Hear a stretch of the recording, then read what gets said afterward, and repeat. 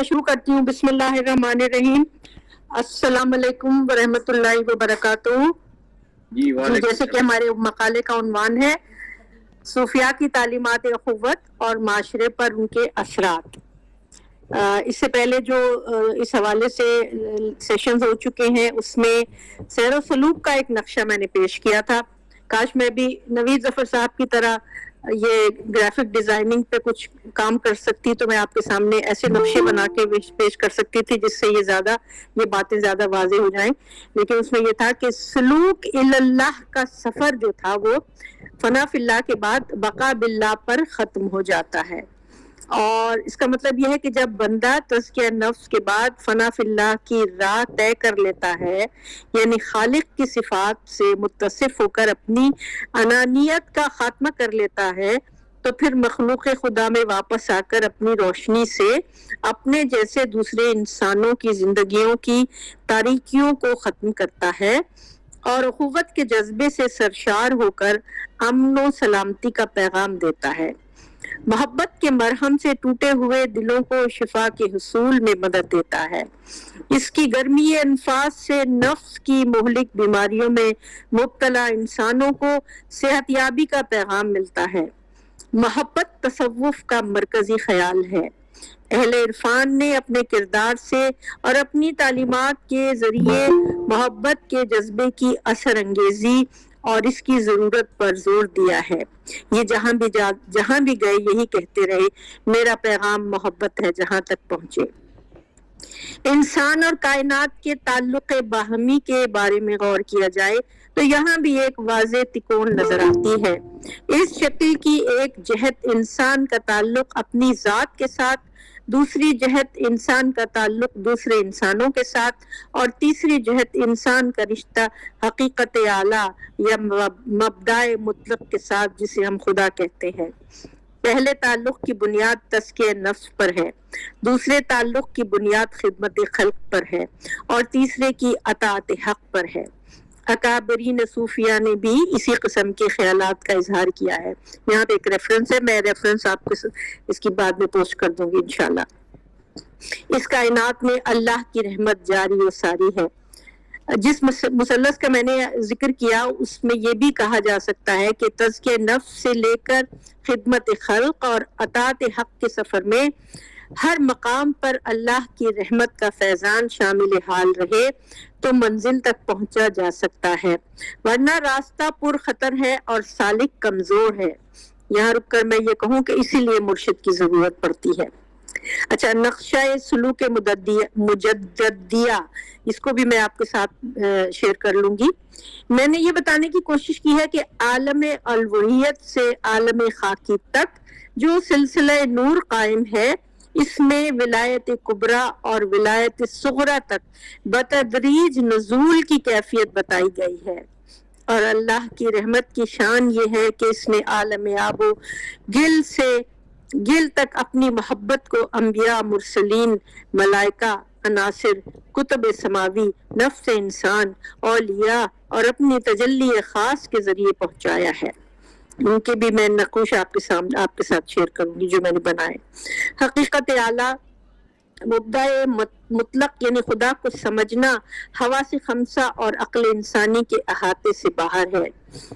اس کے عرفان کے لیے کشف و شہود کی ضرورت ہے. فیضان رحمت کو درک کرنے کے لیے بھی وجدان کی ضرورت ہے.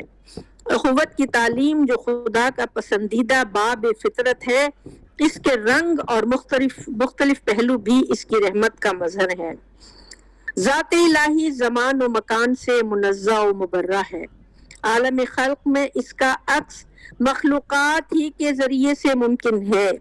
صوفیاء نے اپنی ہمت اور معرفت کے لحاظ سے جو کچھ معلوم کیا، اس کو سمجھانے کے لیے جن اصطلاحات کا سہارا لیا، وہ یہ بھی ان اصطلاحات سے خالی نہیں ہے. اس سے قبل ہم دائرے سلوک کو سمجھانے کے لیے جو نقشہ پیش کر چکے ہیں، اس نقشے یہ میں آپ کے ساتھ سب شیئر کروں گی. کاش میں ابھی شیئر کر سکتی لیکن یہاں نہیں کر سکتی. میں بھی لا تعین یعنی ذات واجب سے لے کر عالم آب و گل تک نور وحدت کے سفر کو سمجھانے کی کوشش کی گئی ہے. کیونکہ ہم تو تعین کی دنیا میں زندہ ہے نا، لیکن اللہ تعالیٰ کی ذات لا تعین ہے، وہاں تعین نہیں ہے، زمان و مکان اور ہر قسم کی پابندیوں سے بالا تر ہے۔ حقیقت تو یہ ہے کہ انسانوں کی زبانوں میں، چاہے وہ کوئی بھی زبان ہو، یہ طاقت اور قدرت نہیں، اور نہ ان زبانوں کا دامن اتنا وسیع ہے کہ ان میں حقائق عالیہ کو بیان کیا جا سکے اور تنزیل و تدریج کو سمجھایا جا سکے۔ تاہم ان نقشوں کی مدد سے تھوڑی سی ہم مدد لے سکتے ہیں۔ ایک کتاب جس کا میں نے پہلے بھی ذکر کیا تھا، سر دلبراں، یہ ذوقی شاہ کی کتاب ہے، جس میں تصوف کی اصطلاحات کو حروف تہجی کے اعتبار سے سمجھایا گیا ہے، اس سے بھی مدد حاصل کی جا سکتی ہے۔ ولایت رحمت الہی کا ایک مظہر ہے۔ نینا وربر ایک صوفی رائٹر ہیں، انہوں نے اپنی کتاب محبت کا مسافر میں لکھا ہے، یہ انگریزی میں ہے جس کا ترجمہ آپ کے سامنے پیش کرتی ہوں۔ ولایت شیخ کی روحانی حکومت، شیخ کی روحانی حکومت اور سلطنت، جیسا کہ ہم نے دیکھا دنیا فطرت اور اس میں جو کچھ بھی ہے، ان سب کے اوپر حکومت اور ان سب کے لیے محبت پر مبنی ہے۔ یہ ایسا ہی ہے جیسے اس کی محبت اور اس کا تصرف تمام انسانوں پر ہو، جس میں تمام مذاہب کے لوگ شامل ہوں، چاہے وہ غریب گداگر ہوں یا معزز سیاستدان یا قابل احترام عالم۔ یہ تصرف ایک ہی سرچشمے سے پھوٹتا ہے، اور یہ ہے اس کا خدا میں یقین اور اس کا زہد اور سخاوت۔ یہاں بھی ایک ریفرنس ہے۔ زندہ پیر کے بارے میں جو ہے وہ لکھا ہے انہوں نے، اور اس میں ان کی کرامت کا تفصیل سے ذکر کیا ہے۔ اگر کوئی مطالعہ کرنا چاہتا ہے تو وہ نینا وربر کی کتاب کو پڑھ سکتا ہے۔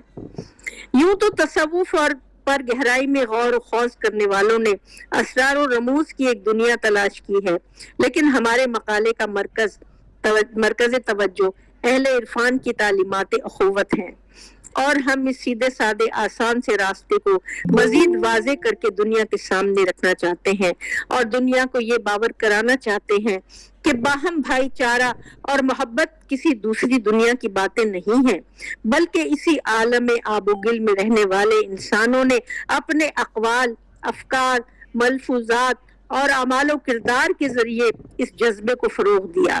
ان کے افعال اور رویوں سے متاثر ہو کر لوگوں نے ان کا دین بھی قبول کیا اور ان کے سامنے زانو تلمذ بھی طے کیے۔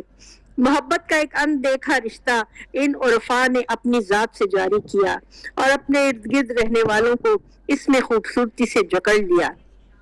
عفو درگزر، حاجت روائی، مشکل کشائی کی راہیں اپنا کر صاحبان عرفان نے غیروں کو اپنا بنایا اور اپنوں کو اپنے سے قریب تر لے آئے۔ ماحول سے خشونت، درستگی، سخت گیری، نفرت کو دور کر کے ان صاحبان عرفان نے غیروں کو اپنا بنایا۔ ان کے انس و ہمدردی کی انہوں نے فضا قائم کی اور دوسروں کے دکھ درد میں ایسے شریک ہوئے کہ اپنی جان اور مال ان کے لیے حاضر کر دیے۔ دکھوں کو دور کرنے میں حتی الامکان اپنا دست مسیحائی بڑھایا، اور پھر زندگی کی خوشیوں سے ان کا دامن بھر کے احسان جتانے سے بھی گریز کیا۔ یوں شرافت انسانی کے اعلیٰ معیارات کو سامنے رکھا اور جوہر انسانی کی آب و تاب میں اضافہ کیا، جو در حقیقت اخوت و محبت کے غلاف میں چھپا ہوا ہے۔ اخوت کے بارے میں حضرت نظام الدین اولیاء فرماتے ہیں، اخوت کی 3 قسمیں ہیں: اخوت دوست، اخوت نسبت اور اخوت دین۔ اخوت دین اس میں سب سے زیادہ قوی ہے، اس لیے اگر 2 بھائی ہوں، ایک کافر اور ایک دوسرا مسلمان، تو کافر مسلمان کے ورثے کا حقدار نہیں ہو سکتا۔ اس سے معلوم ہوا کہ اخوت دین دوسری اخوت سے قوی تر ہے، کیونکہ دینی اخوت جو دینی بھائیوں میں ہوتی ہے وہ دنیا اور آخرت میں برقرار رہتی ہے۔ پھر آپ نے وہ آیت پڑھی جس کا ترجمہ یہ ہے، جو لوگ دنیا میں ایک دوسرے کے دوست تھے اس دن ایک دوسرے کے دشمن ہو جائیں گے سوائے متقین کے۔ پھر فرمایا، نیک لوگوں کی صحبت کا اثر ضرور پڑتا ہے۔ خدمت خلق اور اخوت کے بارے میں نظام الدین اولیاء کے مندرجہ ذیل اقوال قابل غور ہیں۔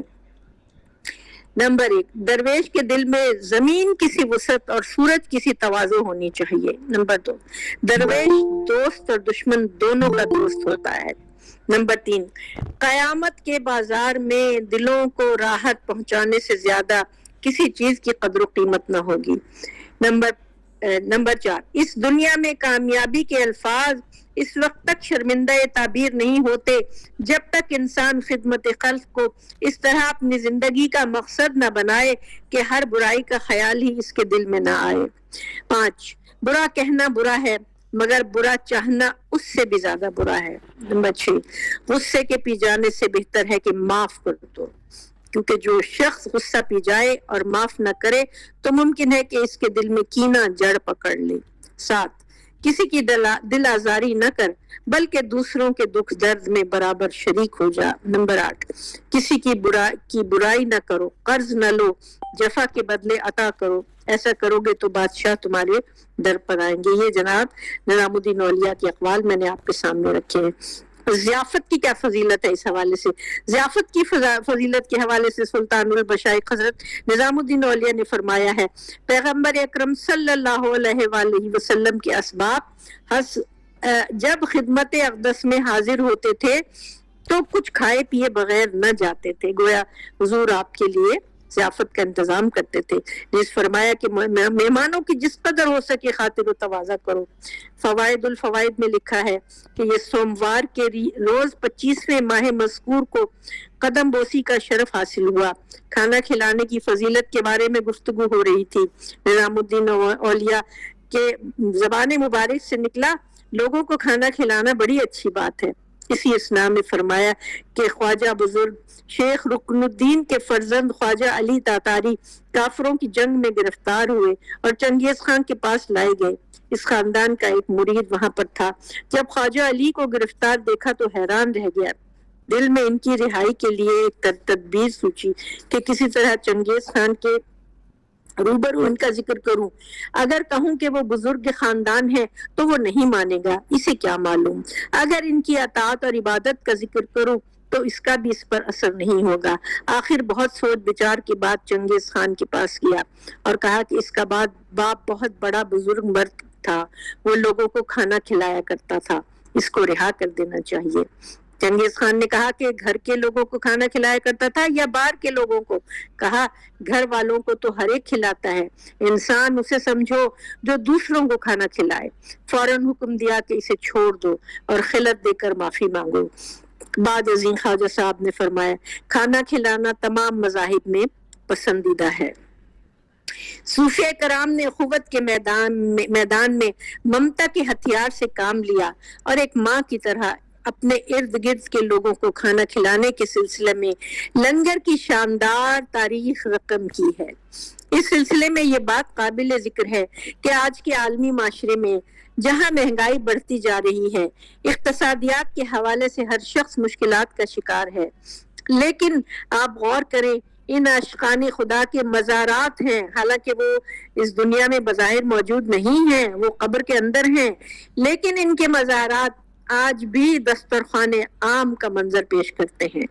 تنگ دست مسافر، بے خانماں اور بے یار و مددگار انسان اپنا پیٹ بھرنے کے لیے ان بزرگوں کے مزاروں کا رخ کرتے ہیں جہاں لنگر عام جاری رہتا ہے اور بندگان خدا اپنی خوشی سے دیگیں کی دیگیں بھیجتے ہیں اور اجنبی ضرورت مند اس سے فائدہ اٹھاتے ہیں۔ اور میں نے خود دیکھا ہے ایسے مزاروں پہ کہ کچھ لوگ جو بہت ضرورت مند ہیں اور جو اپنا پیٹ نہیں پال سکتے، وہ تو صبح آ کے اور رات تک وہاں صبح دوپہر شام کا کھانا وہاں سے کھا کے پھر اپنے گھروں کو جاتے ہیں۔ شیخ المشائخ نظام الدین اولیاء کے مطابق شیخی کا مقصد خدمت خلق ہے، یعنی کہ شیخ ہونے کا مقصد خدمت خلق ہے۔ وہ کہتے ہیں شیخ کے اندر بہت سی خصوصیات ضروری ہیں، صرف عبادت گزار ہونا کافی نہیں بلکہ قلوب کو راحت پہنچانا اور درد مندوں کے درد کا مداوع تلاش کرنا بھی اس کا بنیادی فرض ہے۔ انہوں نے مجھے کہا مجھے خواب میں ایک کتاب دی گئی جس میں لکھا تھا جہاں تک ہو سکے دلوں کو راحت پہنچاؤ، یہاں بھی ریفرنس ہے۔ صوفیاء کرام کا یہ طریقہ رہا ہے کہ وہ لوگوں کے درد کو بانٹتے رہے، ان کی بدولت ہزاروں لوگ روزانہ جسم اور روح کی غذا سے فیضیاب ہوتے تھے۔ جسموں کی غذا کا تو میں نے آپ کے سامنے ذکر کیا، لنگر عام، اور روحوں کی غذا کے وہاں جو درس و تدریس کا سلسلہ اور واعظ و نصیحت کا سلسلہ جاری رہتا ہے اور لوگ اپنے پورے وجود کو وہاں سے فائدہ پہنچاتے ہیں۔ سلطان المشائخ جناب نظام الدین اولیاء کو ہندوستان کی مسلم مقدار کی ترقی اور شباب کے دور ہی میں جو اثر اقتدار حاصل ہوا وہ بہت کم بزرگوں کو حاصل ہوا. آپ نے غیر مسلموں کے اندر تبلیغ دین کا مشن تو جاری نہیں کیا، لیکن اسلامی معاشرے کی تطہیر اور مسلمانوں کے ظاہر و باطن کی صفائی کا کام جو انہوں نے دہلی میں بیٹھ کر انجام دیا یہ اپنی جگہ بہت بڑی اہمیت کا حامل ہے. بابا فرید نے آپ کے حق میں دعا کی تھی. یہ دعا اس طرح پوری ہوئی کہ شیخ المشائخ کی ہستی گناہوں سے چھلنے انسانوں کے لیے مرہم فراہم کرتی رہی. آپ کی محبت اور اخوت کے درخت کے سائے تلے لوگ اپنی پریشانیاں بھول جاتے تھے اور روحانی اور نفسانی بیماریوں سے شفا پاتے تھے. آپ کہتے تھے تو ایسا درخت ہو جس کے سائے میں ایک خلق کثیر آسائش و راحت سے رہے.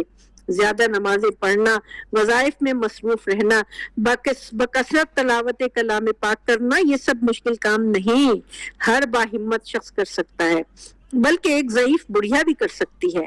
تہجد گزاری میں بھی مصروف رہ سکتی ہے، قرآن مجید کے چند پارے پڑھ سکتی ہے، لیکن مردان خدا کا کام کچھ اور ہی ہے. گویا آپ سمجھ گئے ہوں کہ مردان خدا کا کام کیا ہے، خلق خدا کی خدمت اور ان کے دلوں کو راحت پہنچانا.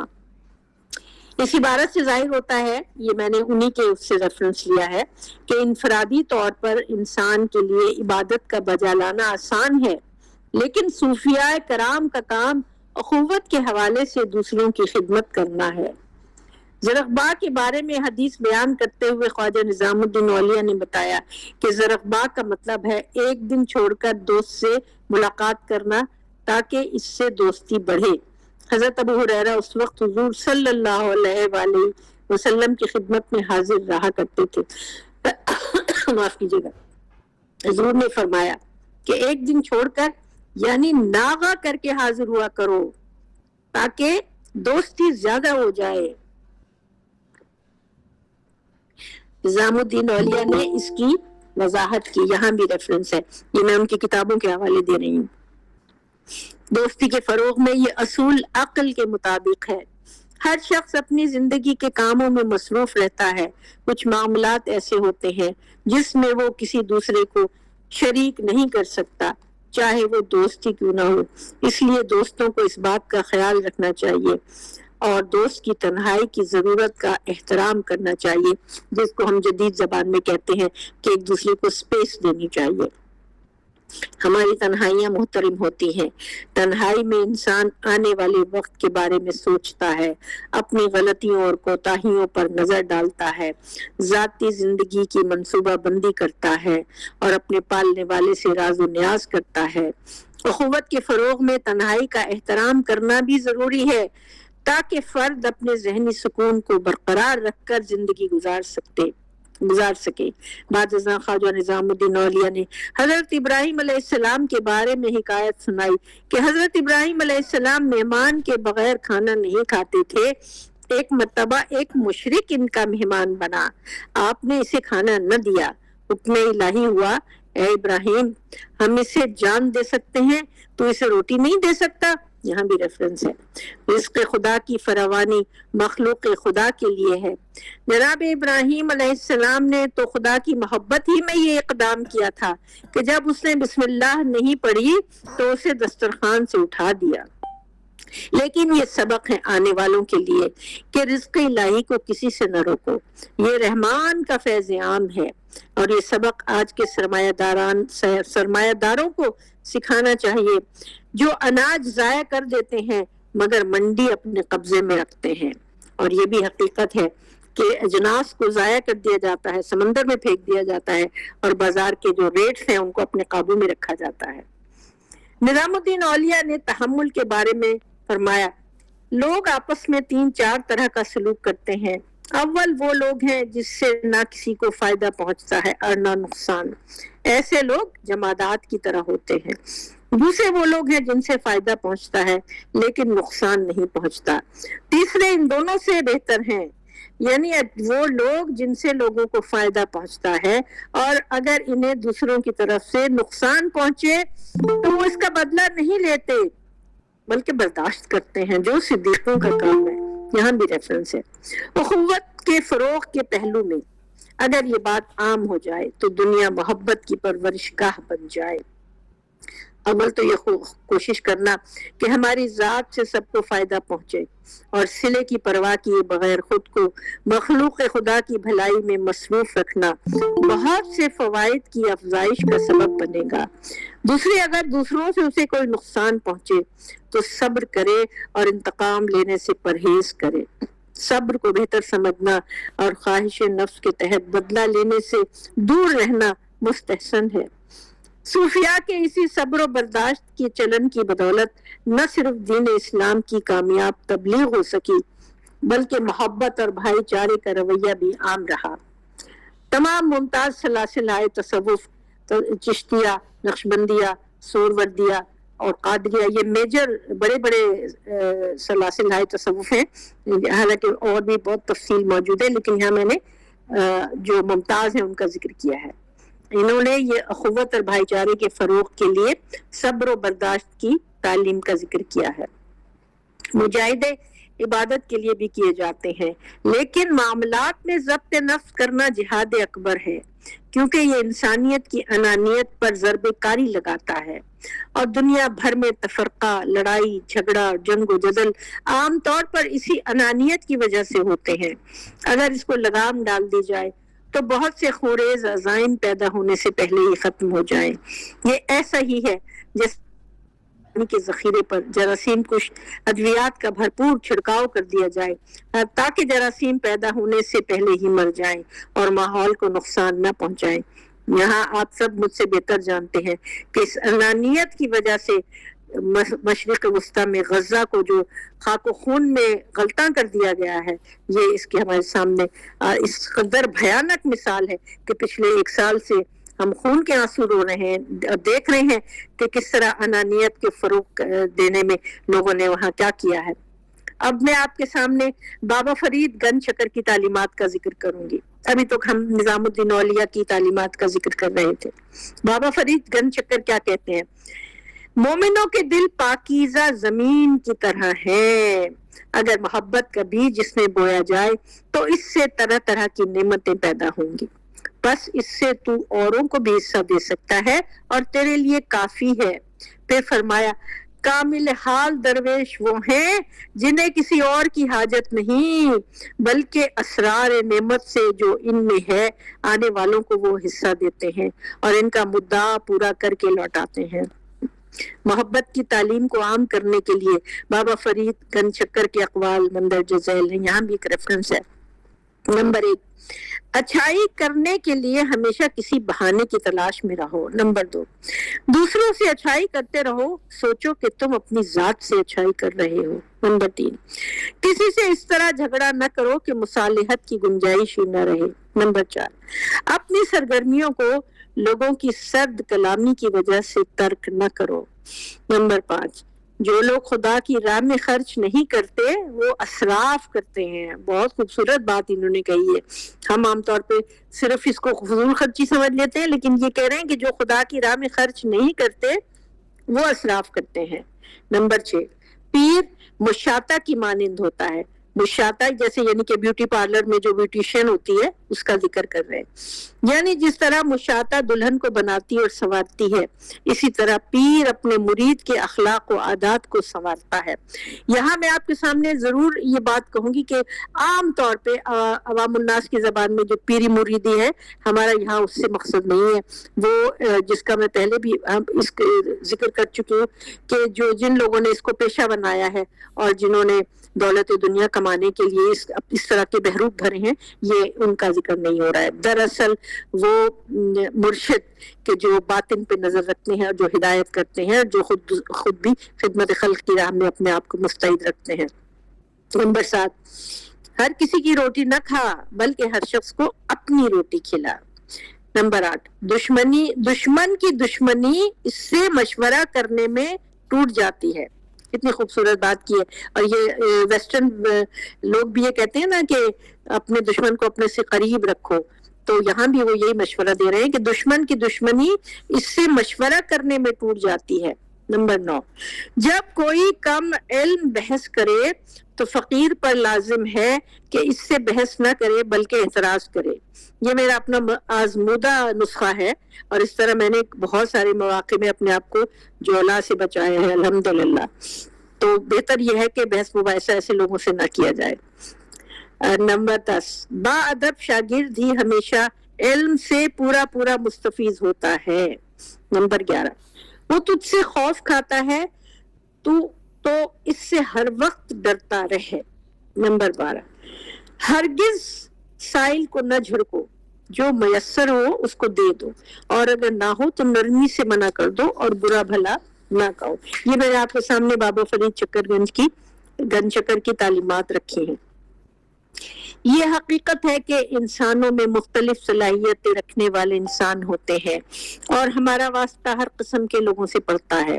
بابا فرید گنج چکر نے اپنی تعلیمات میں حکمت و دانش کے پیش نظر دشمنوں اور دوستوں سب سے تعلق رکھنے کے گر بتائے ہیں، جن پر عمل کر کے معاشرہ محبت اور امن کا گہوارہ بن سکتا ہے۔ حضرت جنید بغدادی کی تعلیمات اخوت۔ شیخ جنید نے فرمایا، میں نے اپنے رب کو مدینے کی گلیوں میں دیکھا۔ لوگوں نے پوچھا کیسے؟ فرمایا کہ ایک دن میں مدینے کے بازار میں چلا جا رہا تھا کہ چند خستہ حال لوگوں کو دیکھا جن کی پریشان حالی کی کیفیت بیان نہیں ہو سکتی۔ مجھے ان پر رحم آیا اور چاہا کہ میں بھی ان کے ساتھ رہوں، ان سے موانست اختیار کروں۔ چنانچہ میں ان کی صحبت میں رہا اور سمجھ گیا کہ خدا خستہ حالوں کے ساتھ ہے۔ خدا تعالیٰ فرماتا ہے کہ میں شکستہ دلوں کے قریب ہوں۔ یہاں بھی ایک ریفرنس ہے۔ بزرگوں کا قول ہے کہ مظلوم کی فریاد سیدھی بارگاہ الہی میں پہنچتی ہے۔ پریشان حالوں کی پریشانی کو دور کرنا ثواب کثیر کا باعث ہے۔ اللہ بھی مصیبت پر صبر کرنے والوں کے ساتھ ہے۔ جناب جنید بغدادی نے خدمت خلق اور عوام الناس کی محبت کے متعلق یہ ارشاد فرمایا ہے، یہاں ریفرنس ہے۔ خلق 4 چیزوں میں ہے۔ نمبر 1 سخاوت، نمبر 2 الفت، نمبر 3 نصیحت، نمبر 4 شفقت۔ پھر فرمایا ایسے شخص کو دوست رکھو جو نیکی کر کے بھول جائے۔ نمبر 3 جوان مرد اپنا بوجھ دوسروں پر نہیں رکھتا بلکہ جو کچھ اپنے پاس ہوتا ہے اسے خرچ کر دیتا ہے۔ نمبر 4 ہر شے کا غم کھانا مومن کے لیے باعث فضیلت ہے، بشرطے کہ کسی گناہ کے سبب سے نہ ہو۔ یعنی دوسروں کے لیے اپنے دل میں درد رکھنا مومن کے لیے باعث فضیلت ہے۔ نمبر 5 اغنیاء کے ساتھ صحبت عزت سے رکھنا چاہیے اور فقراء کے ساتھ انکساری سے۔ یہ ایک بہت بڑا گر ہے معاملات میں کرنے کا کہ جب آپ امیروں سے اپنا تعلق رکھیں تو اپنی ڈگنیٹی کو قائم رکھیں، اپنی سیلف ریسپیکٹ کو قائم رکھیں، اور جب فقیروں سے اپنا تعلق کریں تو ان کے ساتھ ہمبل رہیں اور انکساری سے رہیں۔ نمبر 6 محبت کامل نہیں ہوتی جب تک قربانی نہ دی جائے۔ نمبر 7 یہ ہمیں حضرت ابراہیم علیہ السلام جو خلیل اللہ ہے ان کی جو پوری داستان ہے قربانی سے، یہ ہمیں اس سے بھی سبق ملتا ہے۔ نمبر 7 محبت کامل ہوتی ہے تو ادب کی شرط گر جاتی ہے۔ نمبر 8 بندہ وہ ہے جس سے نہ خدمت میں کوتاہی ہو اور نہ وہ کسی سے شکوہ کرے۔ نمبر 9 جواں مردی یہ ہے کہ اپنا بوجھ کسی پر نہ ڈالے بلکہ جو اپنے پاس ہو اسے دوسروں پر خرچ کرے اور فقراء کا امتحان نہ لے۔ نمبر 10 لوگ جو بھی شے مانگے وہ انہیں بلا تعمل دینے کا نام ہی شفقت ہے، اور اس پر نہ تو لوگوں پر احسان رکھا جائے اور جس بات سے وہ ناواقف ہو وہ انہیں دے دی جائے۔ نمبر 11 عالموں کے کرنے کے 2 ہی کام ہوتے ہیں، ایک ملت کی اصلاح اور دوسرے مخلوق کی خدمت۔ نمبر 12 صوفی وہ ہے کہ جو زمین کی مانند ہو کہ دنیا بھر کی غلاظت اس پر ڈالی جائے مگر اس کے اندر سے سرسبز فصل پھوٹتی رہے۔ سبحان اللہ۔ نمبر 13 بندہ وہ ہے جو کسی کی شکایت نہ کرے اور نہ ہی منت کرنے میں کوتاہی کرے۔ حضرت جنید بغدادی کی اخلاق کریمانہ کا یہ حال تھا کہ دوست اور دشمن، مسلم اور غیر مسلم، جاہل اور عالم، ہر طبقے کے لوگ آپ کی بلند کرداری کے قائل تھے. آپ کی اعلیٰ ظرفی کا یہ عالم تھا کہ جس شخص نے اذیت پہنچائی ہے اسے اپنی دعاؤں سے سرفراز کیا ہے. جس نے راستے میں کانٹے بچھائے اسے محبت کے گلاب بخشے. یہاں بھی ریفرنس ہے. عوام الناس کے لیے جنید بغدادی سادہ زبان میں ان امور پر گفتگو کرتے ہیں جن کو سمجھنا سب کے لیے آسان ہو. آپ کی تقریروں کا موضوع عام طور پر اخلاقیات ہوتا تھا. آپ نے کہا یہی سیدھی سادی باتیں خلق خدا کے لیے مفید ہیں. اسرار الہی کا ذکر کر کے ان کو ذہنوں کو الجھنوں کا شکار نہ بنایا جائے. کتنا بہترین یہاں مشورہ ہے. عام طور پہ لوگ ان سب چیزوں کو گہرائیوں کو نہیں سمجھ سکتے, اس لیے یہ سیدھی سادی باتیں ان کے لیے بہترین ہے زندگی کے لیے. علم معرفت اور رموز باطنی کے حوالے سے شیخ جنید بغدادی بہت محتاط تھے. عوام کی سطح ذہنی اور روحانی کا خیال رکھتے تھے اور مخصوص باطنی رازوں کو چھپا کر رکھتے تھے تاکہ عوام کہیں اندیشوں میں مبتلا نہ ہو جائیں. یہ ایک ایسا نسخہ ہے, ایک ایسا راز ہے جس کو تمام علماء کو پلے گرا باندھ کے رکھنا چاہیے کہ عوام کی سطح کے مطابق گفتگو کریں. ورنہ آپ کو مجھ سے زیادہ پتہ ہے کہ جب سوال و جواب ہوتے ہیں تو کس طرح لوگ خود ہی اپنے سوالوں میں گرفتار ہو کر جو ہے وہ گمراہ ہو جاتے ہیں اور جواب کا کوئی مسئلہ ہی نہیں ہوتا, بن ہی نہیں پاتا. ایک دن حضرت جنید بغدادی نے فرمایا مومنین ذات واحد کی طرح ہیں. مسلمانوں کے گناہ دیکھ کر مجھے اس لیے اذیت پہنچتی ہے کہ میں لوگوں کو اپنے ہی آزاد تصور کرتا ہوں. اسی وجہ سے حضور اکرم صلی اللہ علیہ وآلہ وسلم فرماتے تھے جتنی اذیت مجھے پہنچی اتنی کسی دوسرے نبی یا رسول کو نہیں پہنچی. یہاں بھی ایک ریفرنس ہے. اب آپ کے سامنے معین الدین چشتی اجمیری کی تعلیمات اخوت میں آپ کے سامنے رکھتی ہوں. محبت اور اخوت کا یہ اعلیٰ معیار صوفیاء کرام کے پیش نظر رہتا تھا کہ وہ دوسروں کے گناہوں پر غم کھایا کرتے تھے اور اس خیال سے اذیت پاتے تھے کہ ان کو کتنے تکلیف دہ عذابوں سے گزرنا ہوگا. معین الدین چشتی اجمیری نے کہا کہ میں نے اپنے شیخ عثمان ہارونی سے سنا ہے کہ اگر کسی شخص میں 3 خصلتیں پائی جائیں تو سمجھ لو اللہ تعالیٰ اسے دوست رکھتا ہے. سخاوت اور شفقت, اور تواضع اور سخاوت دریا کی سی, اور شفقت آفتاب کی سی, اور تواضع زمین کی سی. گویا مثالیں بھی انہوں نے دی ہیں کہ سخاوت دریا کی سی, شفقت آفتاب کی سی, اور تواضع زمین کی سی. یہ جو ہے اولیاء اللہ میں یہ صفات ہوتی ہیں تو آپ سمجھیں کہ وہ اللہ کے دوست ہیں.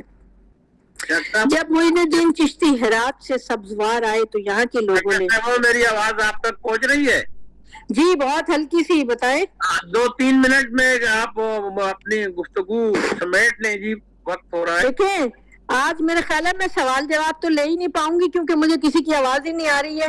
مجھے اپنا مقالہ یہ کافی طویل ہے, مجھے میرے خیال ہے اگلا بھی وہ لینا پڑے گا, تو مجھے ابھی ذرا کرنے دیں, مجھے تھوڑا سا اور 5-10 منٹ دے دیں. ٹھیک ہے جی. تو لوگوں نے سبزوار کے گورنر یادگار محمد کے ظلم و ستم کی شکایت ان سے کی, معین الدین چشتی اجمیری سے, جب وہ ہرات سے سبزوار آئے اور درخواست کی کہ آپ ہمیں اس کے ظلم و ستم سے نجات دلانے کی کوئی راہ نکالیں.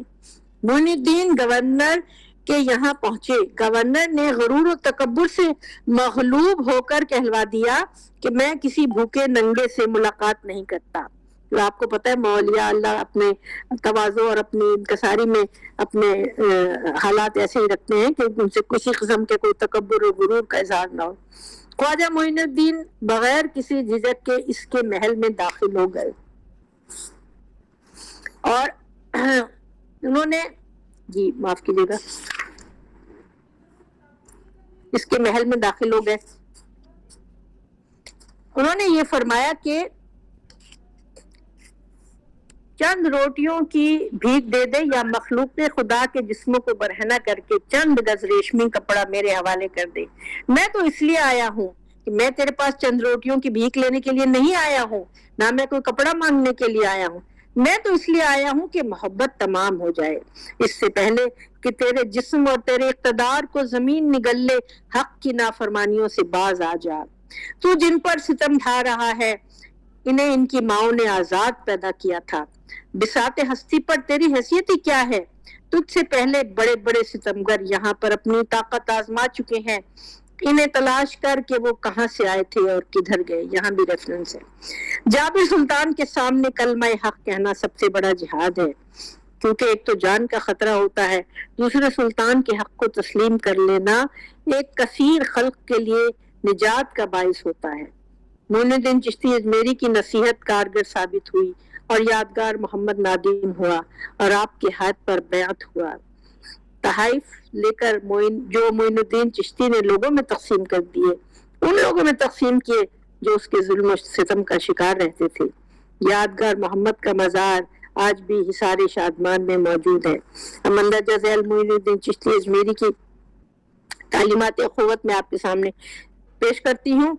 اس کے بعد امام غزالی کی تعلیمات اخوت ہیں، لیکن وہ پھر آئندہ سیشن میں انشاءاللہ، کیونکہ ابھی وقت بھی ختم ہونے والا ہے.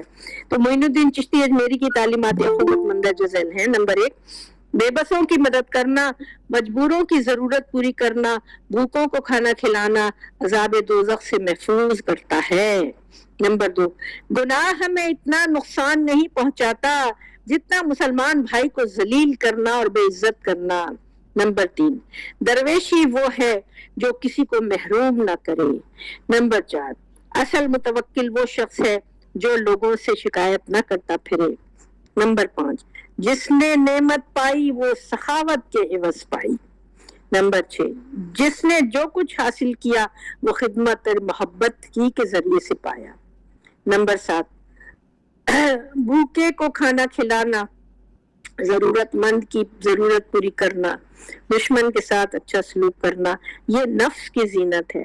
نمبر 8، اگر کوئی شخص اوراد و وظائف میں مشغول ہوا اور کوئی حاجت مند آ جائے تو اس کو چاہیے کہ وہ اوراد و وظائف چھوڑ کر اس کی حاجت پوری کرے. نمبر 9، جس شخص میں دریا جیسی سخاوت، آفتاب جیسی شفقت اور زمین جیسی تواضع نہ ہو وہ اللہ کا دوست نہیں ہو سکتا. نمبر 10، حاجت مندوں کی مدد کرنا اللہ تعالیٰ کا ایک دوستوں کا کام ہے. معین الدین چشتی اجمیری کا مرتبہ دنیا تصوف میں کسی تعارف کا محتاج نہیں. اللہ تعالیٰ نے اپنے اس ولی کی ایسی پشت پناہی کی ہے کہ آج بھی ان کا نام سن کر دل محبت سے دھڑکنے لگتا ہے. آج بھی ان کی گرمی انفاس قلوب عارفین کو حرارت بخشتی ہے. آج بھی ان کے لہجے کی شیرینی کانوں میں اخوت کا رس گھولتی ہے. زمانۂ حال کے نامور سیاست دانوں نہرو، اندرا گاندھی، بیگم مجیب الرحمان سے لے کر آج تک ایک عام زائر جب آپ کے آستانے پر عقیدت سے حاضری دیتا ہے تو ان کے فیض سے دامن بھر کے جاتا ہے. یہ محض لفاظی یا شاعری نہیں ہے. خواجہ معین الدین چشتی اجمیری کی حیات بعد ممات شہید کی وہ حیات ہے جو رزق کے سمندر سے آج بھی دوسروں کو سیراب کر رہی ہے. ابو ادریس خولانی فرماتے ہیں کہ میں نے حضرت معاذ کی خدمت میں عرض کیا کہ مجھ کو آپ سے محبت فی اللہ ہے. فرمایا کہ تم پشمردہ ہو. پھر فرمایا پشمردہ ہو کہ میں نے رسول اللہ صلی اللہ علیہ وآلہ وسلم سے فرماتے سنا ہے کہ قیامت کے روز کچھ لوگوں کے لیے عرش کے گرد کرسیاں بچھیں گی اور ان کے چہرے 14ویں رات کے چاند کی طرح ہوں گے. لوگ گھبرائیں گے اور ڈریں گے اور خوف کریں گے، اور وہ اللہ تعالیٰ کے ولی ہیں کہ ان پر کچھ خوف نہیں نہ وہ غم کریں گے. لوگوں نے عرض کیا یا رسول اللہ وہ کون لوگ ہیں؟ فرمایا کہ وہ محبت فی اللہ رکھنے والے لوگ ہیں. ربنا تقبل منا انک انت السمیع العلیم وتب علینا انک انت التواب الرحیم. یہاں میں اپنا مقالہ ختم کرتی ہوں. اس کو انشاءاللہ جاری رکھیں گے کیونکہ ابھی اور بہت سارے صوفیہ کی تعلیمات اخوت کا ذکر ہے. تو میں اب یہ فون اپنے کان سے لگا لیتی ہوں. اگر کسی کا کوئی بہت ضروری سوال ہے تو شاید مجھے آواز آ جائے تو میں جواب دے سکوں. جی شکریہ جی، آپ نے بڑے اچھے طریقے سے اپنے مقالہ پیش کیا. بہت سلیس اردو میں کہنا چاہیے کہ باتیں کی جو ہماری سمجھ آئیں. ہمارے پروگرام کے منتظم محترم جناب ڈاکٹر یاسر حسین ستیہ الخیری صاحب اپنی بات کرنا چاہتے ہیں. جی ڈاکٹر صاحب. جی بہت شکریہ جی. ڈاکٹر سبیہ اخلاق صاحبہ نے ہمیشہ کی طرح بڑے خوبصورت انداز کے ساتھ مقالہ پیش کیا. میرا ان سے ایک سوال ہے کہ انہوں نے دوران مقالہ ولایت صغریٰ اور ولایت کبریٰ کا ذکر کیا، تو اس حوالے سے اگر تھوڑی مزید کلیریفیکیشن کر دیں، ٹائم ہے تو۔ جی وہ میں انشاءاللہ اگلے سیشن میں، اگلے سیشن میں، ابھی میرا فون بھی ٹھیک سے کام نہیں کر رہا ہے اور میں ابھی ٹھیک سے بیان نہیں کر سکتی، اگلے سیشن میں کروں گی انشاءاللہ، کیونکہ اس کے جیسے میں نے آپ کو بتایا نا بہت سارے نقشے اس قسم کے، میں ابھی دیکھ کے ان کا سنیپ شاٹ لے کے آپ کو بھیجتی ہوں اور شاید آپ اس کو ڈال سکیں گروپ پہ یا لوگوں کو تو وہ سمجھ آئے گی، اور اس کو میں زبانی طور سے اگلے سیشن میں بیان کروں گی۔ ابھی میرے میں ہمت بھی جواب دے دیجیے کہ میں ابھی مزید بات نہیں کر سکتی۔ آگے بڑھتے ہیں، ڈاکٹر ساجد حقانی صاحب بات رکھنا چاہتے ہیں۔ بہت شکریہ جی، میں نے تو مشورہ دیا تھا کہ موبائل سیٹ تبدیل کر لیں تاکہ آواز آ سکے۔ این وقت پہ موبائل سیٹ تبدیل کرنا میرے بس میں نہیں تھا، نہ کوئی آس پاس ایسا موبائل تھا، یہ اچانک اس کو ہوا ہے، مجھے نہیں پتا، ابھی شام تک بالکل ٹھیک تھا، اس کو ہوا کیا ہے کہ ایک دم سے مجھے کسی کی آواز ہی نہیں آ رہی تھی، اب اس کو دکھاؤں گی تو پتا چلے گا کہ کیا مسئلہ ہوا اس کے اندر۔ تو سوال میں یہ پوچھنا چاہتا ہوں کہ یہ اسلام کا جو تصور پیش کیا گیا تصوف کا، تو اس میں بہت سارے فرائض کو نظر انداز کر دیا گیا، خاص طور پر قتال کو، جہاد کو، ظالموں کے سامنے کلمہ حق بلند کرنے کو۔ تو میرا سوال یہ ہے کہ پھر اس تصوف میں اور رہبانیت میں کیا فرق ہوا؟ شکریہ۔ نہیں، یہاں جی آپ کا سوال بہت اچھا ہے، یہاں ظالموں کے سامنے کلمہ حق کا بھی جو میں نے آپ کے سامنے بیان کیا نا، وہ جن کے سامنے جن چشتی اجمیری نے کلمہ حق بلند کیا تھا کہ تم اپنے ظلم و ستم سے باز رہو، اور اس کو ظلم و ستم سے باز رکھا تھا، تو انہوں نے اپنی نرم گوئی اور نرم تعلیمات سے اس کو راہ راست پر لائے تھے۔ تو میرا چونکہ مقالے کا جو موضوع ہے وہ تعلیمات اخوت ہے، اور ورنہ تو اور ظاہر موضوع اس وقت جہاد نہیں ہے، نہ قتال ہے، جہاد اور قتال کی اہمیت سے کسی کو انکار نہیں ہے، اور ہمارے لیے وہ بہت ضروری ہے، اور آج کے زمانے میں اس سے بہتر کون سمجھتا ہے، اس کی بھی اپنی ظاہر شرائط ہیں، اس کا اپنا میدان ہے۔ تو یہاں ٹاپک جو ہے وہ تعلیمات اخوت ہے، اس لیے بات اخوت کی گئی ہے۔ جی آگے بڑھتے ہیں، محمد اختر سید صاحب نے بات رکھنی ہے۔ جی السلام علیکم ورحمۃ اللہ وبرکاتہ۔ میرے دو سوالات ہیں، ایک تو آپ نے فنا فی اللہ کا ذکر کیا تھا، فنا فی اللہ سے کیا مراد ہے آپ کی، اور دوسرے میں ڈاکٹر ساجد حقانی صاحب کی بات کو آگے بڑھاؤں گا کہ میں نے کم از کم جتنے بھی صوفیہ کی تعلیمات کا مطالعہ کیا وہاں جہاد کا کہیں بھی ذکر نہیں ملتا، جبکہ ہم اگر نبی اکرم صلی اللہ علیہ وسلم کی زندگی کو دیکھیں تو آپ نے ہمیں محبت کی تعلیم دی اور دوسری تعلیمات دی اور ساتھ میں جہاد بھی کیے، اور جب آپ صلی اللہ علیہ وسلم کی وفات ہوئی تو آپ کے ہاں 9 تلواریں موجود تھیں، وہ یقیناً دیوار پہ سجانے کے لیے نہیں تھی۔ تو اگر کسی صوفی نے کوئی جہاد کی تعلیم دی ہے یا کوئی جہاد میں حصہ لیا ہے تو اس پہ آپ اگلے کسی سیشن میں ضرور بات کریں تاکہ میری جو غلط فہمی ہے اس کا ازالہ ہو سکے۔ جی میرا مقالہ صوفیاء کی تعلیمات اخوت پر ہے، اس پر میں نے سچی بات ہے کوئی کام کیا نہیں ہے، صوفیاء کے جہاد پر میرا اگر کسی نے اس پہ کام کیا ہے تو وہ اس کے اوپر زیادہ اچھی طرح روشنی ڈال سکتا ہے، میں نے صوفیاء کی تعلیمات اخوت پہ کام کیا، اس لیے میں اس کی بات کر سکتی ہوں۔ اور یہاں جہاں تک میں یہ بات بھی ہمارے معاشروں میں مشہور ہے اور سب کو پتا ہے کہ ظالم حکمرانوں کے دور میں یہ ایک طرح سے کر کے دنیا کا لبادہ اوڑھنے والی بات ہے، جو کہ ظالم حکمرانہ کے دور میں تقیہ اختیار کر لینا یا اپنی حفاظت کی خاطر، اپنی جان بچانے کی خاطر اس طرح کا کوئی رویہ اختیار کر لینا کہ ظالم حکمرانوں کے قتل و غارت سے بچا جا سکے، میں سمجھتی ہوں اس کا یہاں یہ پہلو جو ہے وہ قابل ذکر ہے۔ فنا فی اللہ کے متعلق تھوڑا سا بتا دیجیے۔ فنا فی اللہ یہ ہے، یہ میں نے پچھلے سیشنز میں ان کا ذکر کیا تھا کہ جو سیر و سلوک کی راہ پہ جب سالک روانہ ہوتا ہے اللہ تعالیٰ کی راہ میں، تو سب سے پہلے اس کو خیال آتا ہے اپنے گناہوں کا، اور توبہ کی منزل سب سے پہلی منزل ہوتی ہے۔ توبہ کے بعد تزکیہ نفس اور تطہیر نفس کی بات، اس میں ذکر و فکر ہے، اس میں افکار ہے، اس میں عبادات ہیں، اس میں خاموشی ہے، اس میں دنیا سے دوری ہے، اور اس میں مراقبہ ہے، اس میں محاسبہ ہے، اس کے اندر اچھا کچھ یہ وہ تمام منزلیں ایسی ہیں کہ ان سے گزرنے کے بعد انسان ایک ایسے مقام پر پہنچ جاتا ہے جہاں وہ ذات الہی میں اپنی ذات کو فنا کر دیتا ہے، یعنی کہ بس